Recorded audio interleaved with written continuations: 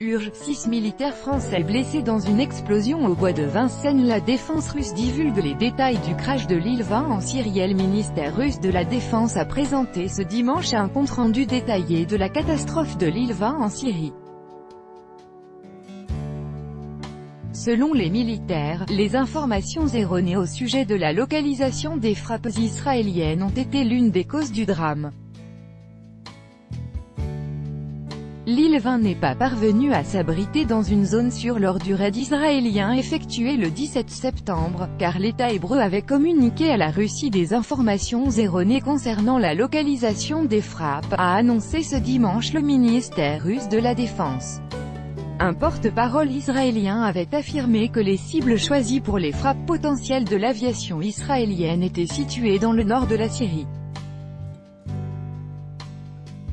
Le raid des chasseurs israéliens n'a pas été effectué dans la partie nord de la République arabe syrienne, mais aux environs de Latakia, un gouvernorat occidental, alors que la ville de Latakia se trouve sur le littoral ouest du pays, a détaillé Igor Konatchenkov, porte-parole du ministère russe de la Défense. Il a ajouté que le commandant de l'Il-20 survolant le nord de la Syrie avait reçu l'instruction de quitter la zone de sa mission en empruntant la direction sud et de regagner sa base.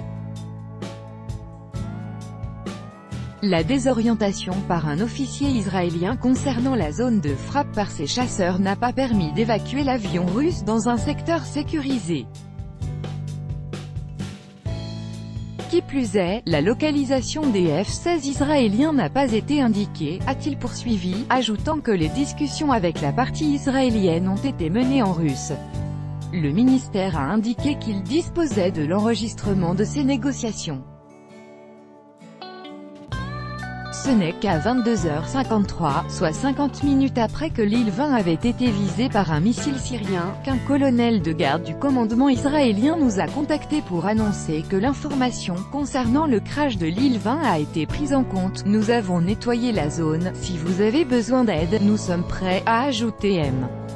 Konatchenkov. Le 17 septembre, la défense anti-aérienne syrienne a ciblé par erreur un Il-20 avec 15 militaires à son bord. L'appareil se dirigeait vers la base aérienne de Maïmim et a été abattu à 35 km des côtes syriennes. La disparition de l'avion a coïncidé avec un raid israélien contre la Syrie et le tir d'un missile depuis un navire français, selon le ministère russe de la Défense. Le commandement français a annoncé n'avoir rien à voir avec ce drame. Israël ne reconnaît pas sa responsabilité dans le crash. L'État hébreu conteste les déclarations de Moscou selon lesquelles des F-16 israéliens ont utilisé l'avion russe comme couverture pour échapper aux tirs syriens et l'ont ainsi exposé au feu.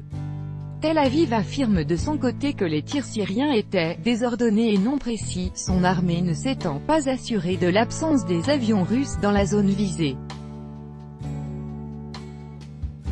Toujours selon Israël, au moment de la disparition de l'Il-20, les 4 F-16 se trouvaient déjà dans l'espace aérien de l'État hébreu.